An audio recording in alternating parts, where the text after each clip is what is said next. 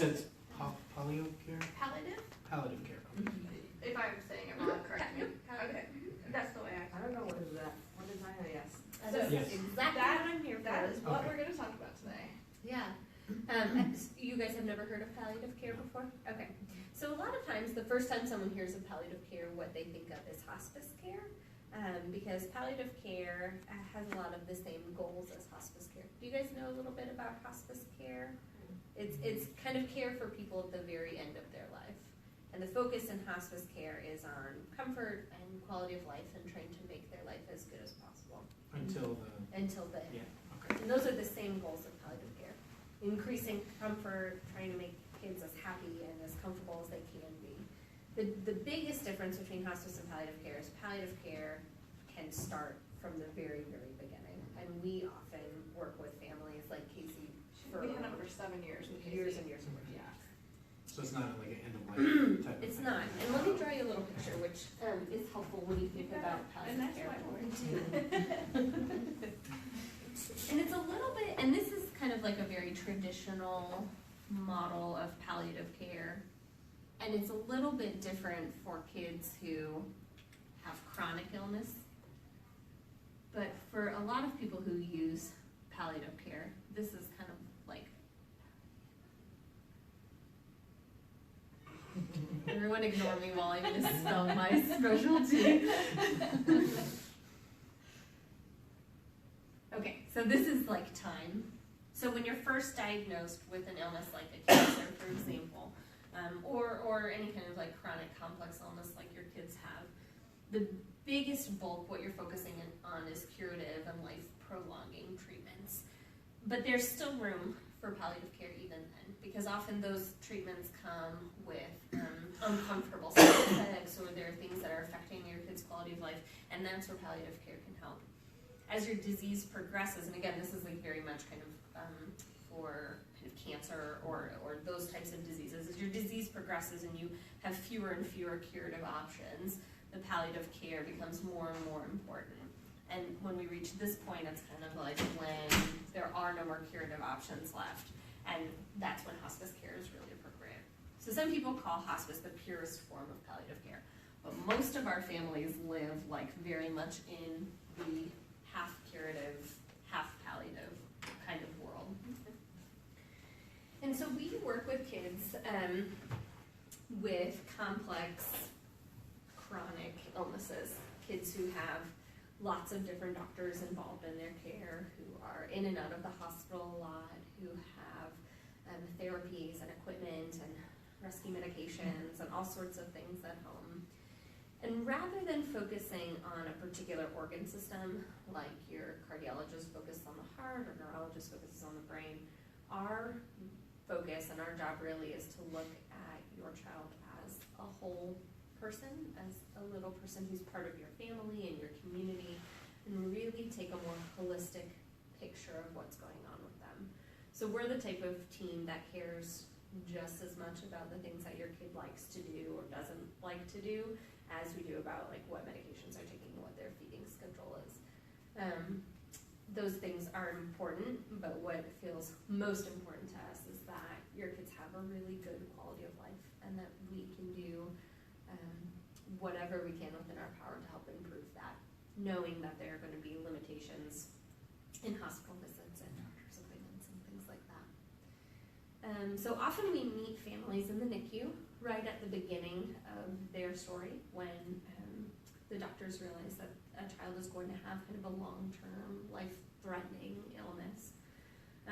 And so we get to know families then. We work with them while they're in the hospital and also outpatient, kind of helping them transition in and out of the hospital, helping them feel comfortable taking care of their kids at home, helping negotiate with the doctors when they're inpatient. Sometimes we meet kids later in their life when parents are being asked to make a decision, a medical decision. Sometimes that's about whether or not to place a G-tube or tracheostomy, whether or not to try a new experimental kind of medication. And so we can help kind of weigh the risks and benefits, again, kind of taking that really big picture view on a child's medical care. Sometimes we're asked to get involved when a kid has been in and out of the hospital a lot with kind of symptom problems like pain or vomiting or not kind of uncontrolled nausea or just things that are impacting their quality of life. And our doctors and our nurse practitioner are really experts in kind of helping kids feel as well as they can. Sometimes we are asked to get involved when a child has a really poor prognosis, like sometimes with certain cancer diagnoses that we know are really, really hard to treat, and that kids may not live for very long. Sometimes we meet families then when they're kind of faced with the end of their child's life. Like I was talking to Tim about earlier, that's a really small percentage of the kids we work with, and most of the kids we work with are kids like yours. We just know will be kind of utilizing the hospital system, the medical system for their whole lives and kind of living in this world for their whole lives. Our team is pretty small, so there's just 2 physicians, a nurse practitioner, and myself. So there's not a lot of us. My son, they have almost 3 years old, and they stay here like 2.5 here in the hospital all the time. But I never heard. You've never heard Palliative? No. Yeah. First, they stay here for in NICU for 5 months, and after that, and Back and forth a lot. yeah, a long time. Yeah. And we have a hard medical decision, and they have G2, they have a lot of diagnosis, they have a lot of specialists, and nobody told me. Yeah. So, And you know, a lot of our families kind of have had that same reaction when we meet them. They're like, well, where have you guys been? You know? They're like, we don't know, we agree. Like, we wish we could have met you earlier. I think a lot of doctors, I think, have the same kind of misunderstanding about palliative care that some parents do, that they think it's for end-of-life care. And so they look at your kids and they're like, oh, but they're gonna live, they're fine, they're not like immediately dying, so they don't need palliative care. And sometimes even when we meet families in the hospital or like old families of ours, when they come into the hospital and we see the doctor, we say, oh yes, we know these kids. And they're like, why? And we're like, well, cause like, look, they're super complicated. Like, look at how much things they have going on. Like, they're like, or they'll be like, no. I'm like, no, it's not. Don't do it. Like, it's not sad. It's not like a sad. It's always sad. 5 times, they told me to really make the decision, like disconnected. So, But they should have absolutely called Palliative if Yeah. that was some of the decisions you were forced to make. Yeah, Wow. definitely. Me, Rachel? Yes. And we would definitely love to, for both of you guys, really get to know your kids. And so I can tell you a little bit about what that process usually looks like. So sometimes doctors refer us, sometimes parents self-refer, or Margie is like our biggest advocate, so like all of her friends now are palliative care. I just met another one of your friends. Yeah, Friday. Yeah. So she's supposed to be here today. So yeah, we just so the referrals can come from anyone. They're not When supposed to come from me. they don't usually come from other parents, so we like that. I saw the sign is in the 4 or 3 floors. Yeah, we're like just right on the other. Yeah, I saw the sign, but I don't say, what is that? Yeah, well now you know. Yeah, so we just work here. We have clinic space downstairs in the specialty care center. And usually kind of our first meeting is really just about getting to know the kids and the family. So myself and one of our providers will go and we'll ask you like all of the same questions that you've been asked 1,000 times about your history. But then really also just want to hear like what, are your biggest goals? Like what are your hopes and your dreams for your child? Like what things do you feel like are holding you back? Like what worries you? What, if we could fix one problem today, like what would that problem be? And then we work on those things and try to figure it out. Another big thing we do that I think is very similar to the comprehensive care clinic, and the Dell palliative team has been around since the hospital started 10 years ago. And the team that we have today, like myself and Dr. Hurwitz, one of our physicians, both started about 5.5 years ago now. And so this is kind of like the most stable the team has ever been. We have a lot of really solid medical providers. I've been the consistent social worker. They've never had a consistent social worker before, so it's a relatively new team, but we're growing, and we're definitely always trying to get new people interested. So we're super excited that you guys are interested. Kind of right after this team started, the comprehensive care clinic opened. And so a lot of the job that the palliative care team used to be doing was kind of outpatient care coordination and trying to really help families navigate the medical system on an outpatient level. The comprehensive care has built themselves to really be able to do that much better than we can. So a lot of the kids that used to come to palliative care for kind of that outpatient support now see comprehensive care. They do a really, really good job of that.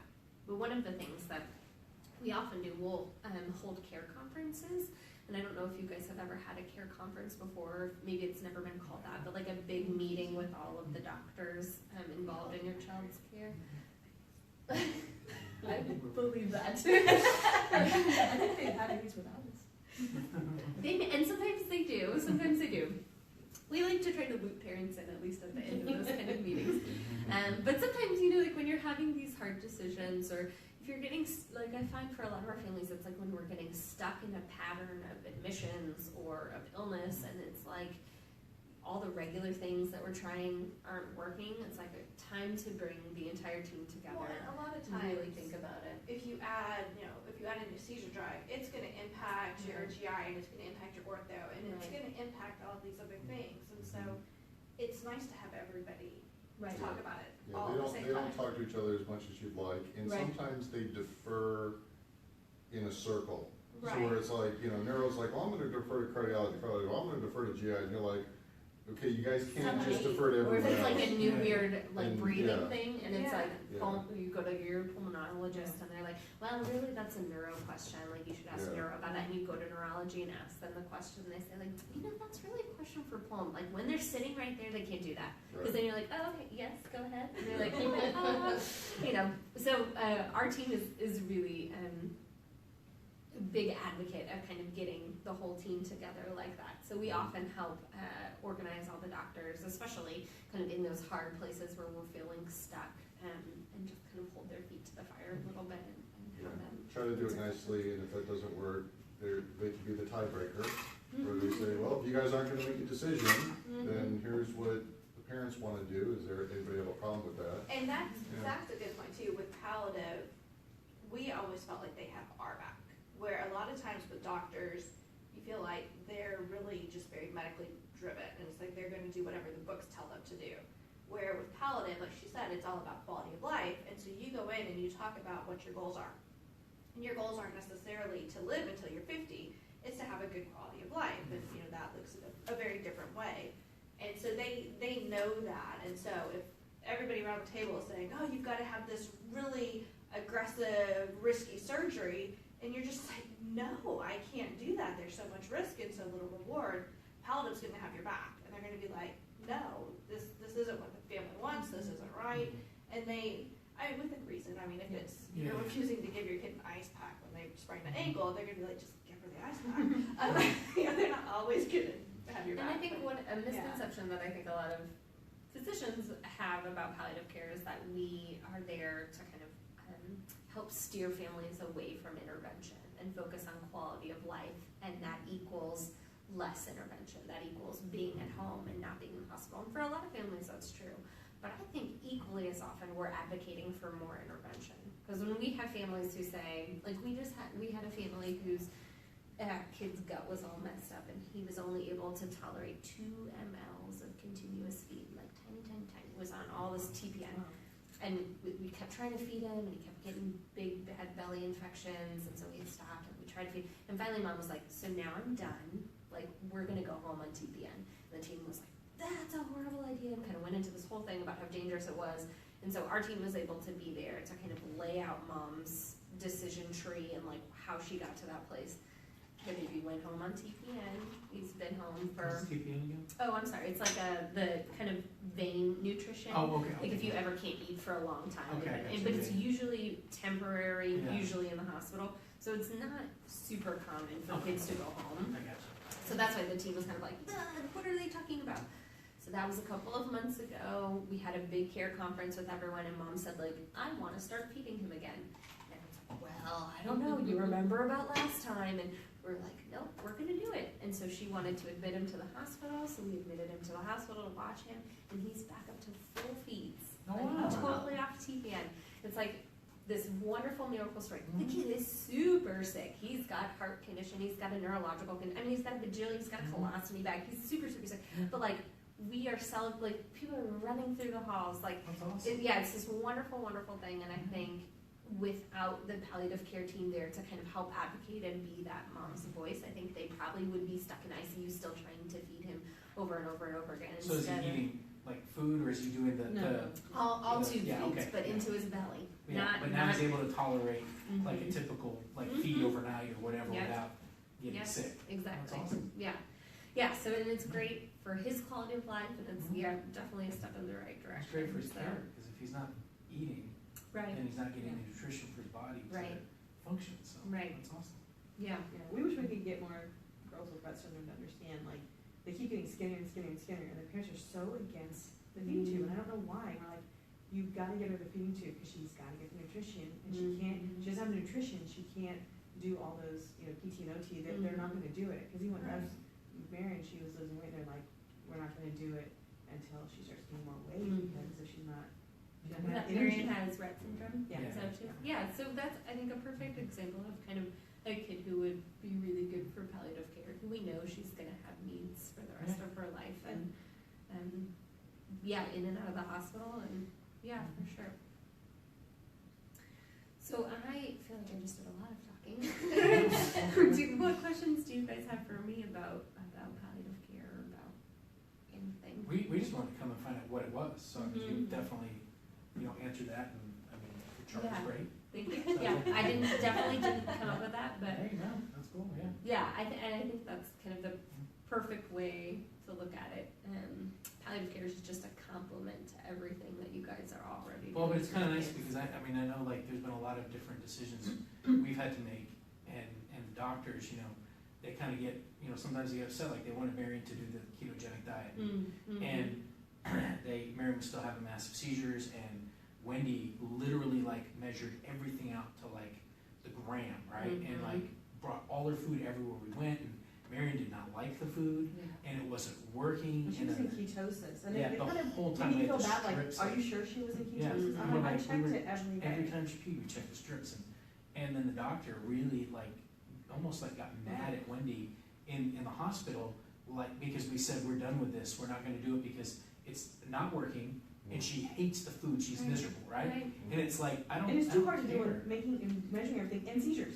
Like, she was still having the same amount of seizures, and I'm trying to cook everything from I don't scratch. have time for both of I these can't things. do it. And he's like almost kind of blaming us, like, are you sure you did this right? And he's like getting upset, and we're like, you don't understand. Like, we have literally, we went out and bought like $300 in cookbooks. Like, we have every single like measuring device you could think of, scales, and it was just like, he made us feel like we did something wrong, and when he was like, no, we're going to make this decision because it's best for Mary. Yeah, exactly. And we did. And the neurologist was good. I mean, he stood by us, but the doctor that was overseeing the whole ketogenic process, we did it for like 3 months. It was a Yeah. decision, It was terrible, too. yeah. It's not very nice.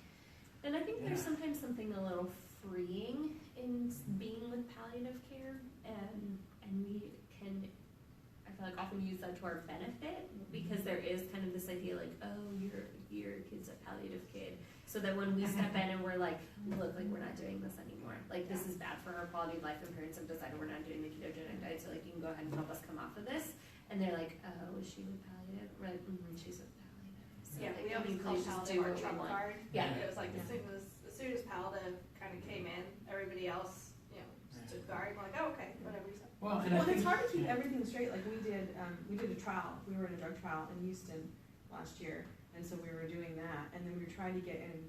That ended, and I think we're pretty sure we're on placebo. We hope we're on placebo no, because we were. nothing happened. Yeah. But then there's a different trial that they're doing with a different drug for a different part of her body. And we were going to do that, but I was like, oh, wait a minute. We can't go down there because we're going to have surgery. And if we're going to have surgery, we will get into the trial, right? And then I was like, okay, so when that surgery is done, when are you done with the surgery? And I was like, oh my gosh, I need like I need an assistant. Yeah.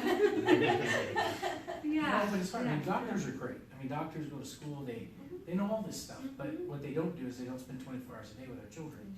And they don't know what, like, sometimes, honestly, we're able to diagnose them better on certain things because we know them. Sure. Like, we're living with it Sure. 24/7. So, Yeah. you know, sometimes I think they don't, some of them give us great credit, and some of them are like, I know better.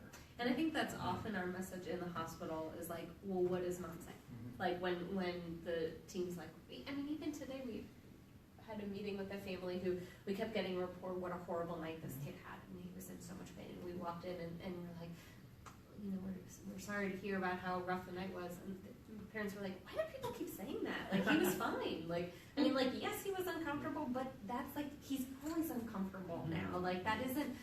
This is part of our expectation. Like, it wasn't any worse than like the last week has been. And we're like, oh, thank you. Like, talk to mom, talk to dad. Like, what are they saying? Like, these kids also have really, well, I mean, I don't know, I shouldn't say all, but our daughter has really high tolerance to pain. Yeah, So I get really nervous when I'm in there because they think, oh, well, she's not crying. Just because she's not crying does not mean she's not in pain. Like, you can't, just because she's nonverbal, you can't do that stuff. You've got to. Well, I think that's a really important question that we also talk to families about a lot is like, what does pain look like in your childhood? Like, how do you know when they're not comfortable? Because like these kids can't say like, oh, excuse me, like something is wrong with my stomach, you know, and it looks different for every kid what their pain response looks like. And we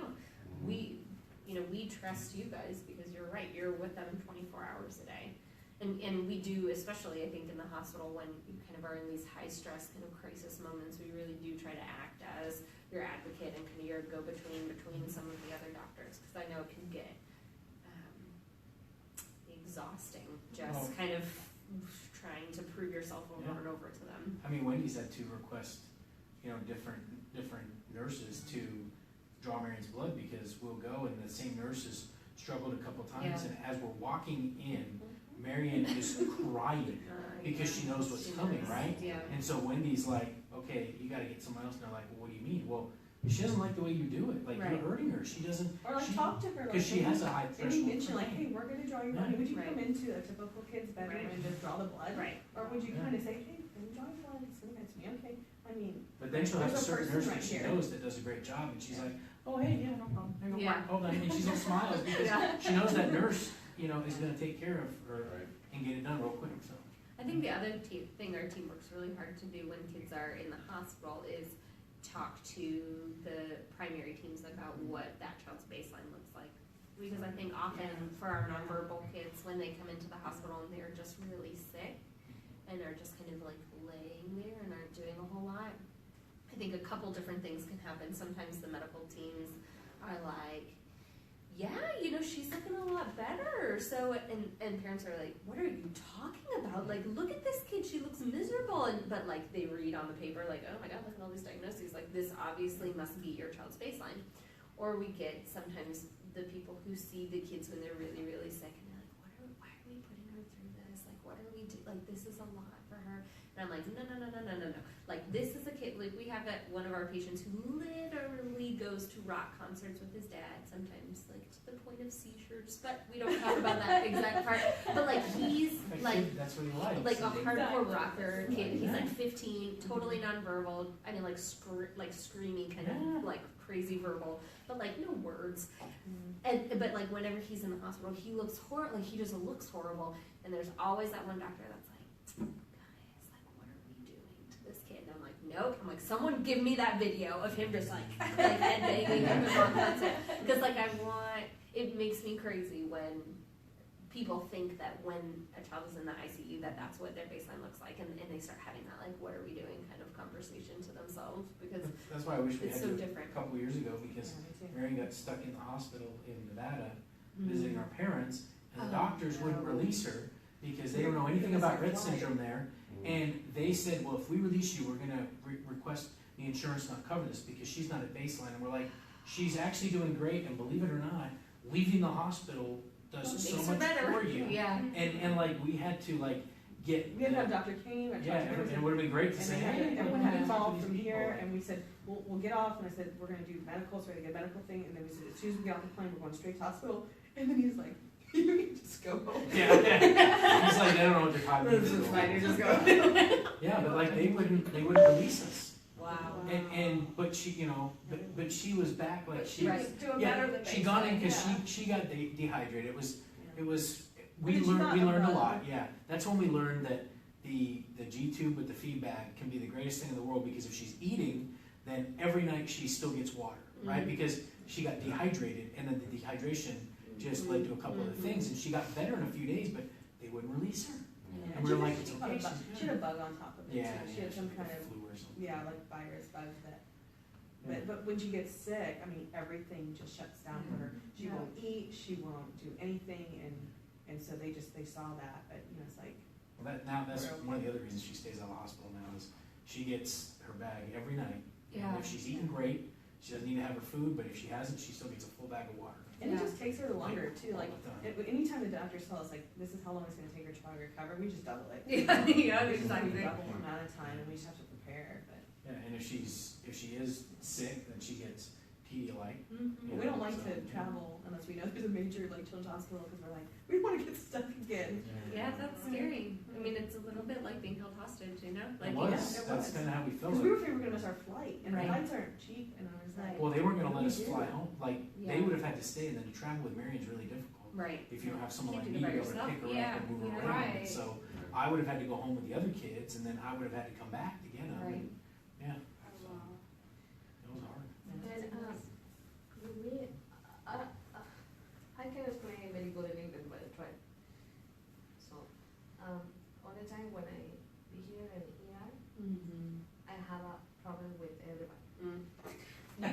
You are not the only family who Okay. has that problem.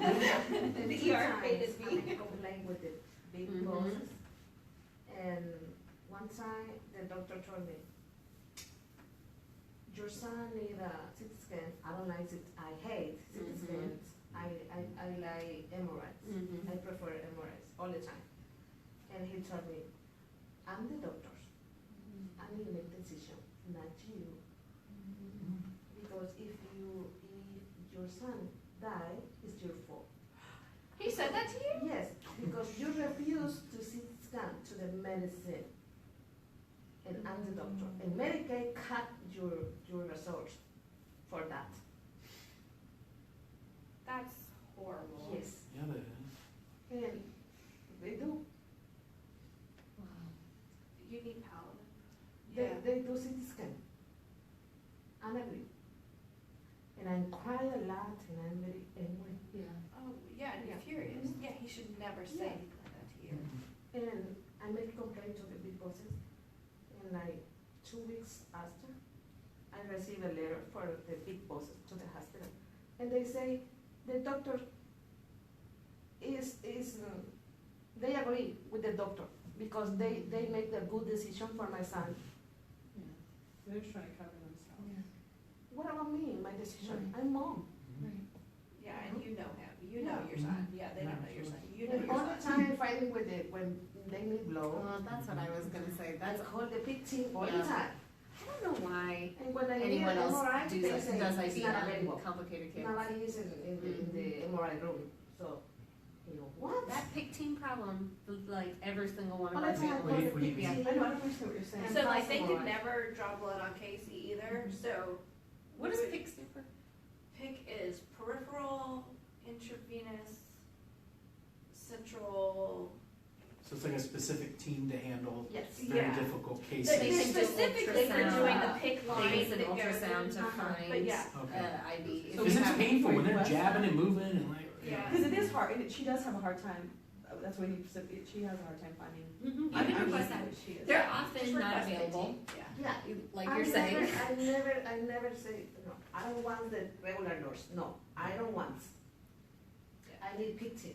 Yeah, I think for a typical kid, maybe they don't need, like surely there are kids in the world who don't need to use the big team. I just don't know any of them. You can throw a because dart and draw blood on me, I'm that easy, but I yeah, feel in like, a case. I feel I'm like easy every too, one of yeah. our kids, they just, like we have kids who get stuck 12 times in the ER before they can, Yeah. it's just, it's. That's Mary, like, Right. that's what I mean, I in know. Houston, that And happened. now, I'm waiting a long time in ER, a long Mhm. time waiting for the nurse or the assistant or everybody, they are on the phone, they are on the, they talking, and my son very sick, Yeah. and I stress it. And one of the ways that our team, and I know comprehensive care does this as well, is, you know, if you call us ahead when you're going into the emergency room, we can call the emergency room and give them a heads up and say, this kid is coming in, this is kind of their diagnosis, this is their background. Sometimes we can put together a little, like one sheet or high alert, what's called like a high alert plan for you that has your kid's diagnoses and like maybe some of the main concerns that you'll run into in the ER, like you Have a need to PIC call the team on PIC hand. team, Yeah. you know, and Would we you can guys send that to be able to them. call, like, if you have, like, so sometimes, you know, Marion's seizures are kind of hormonal.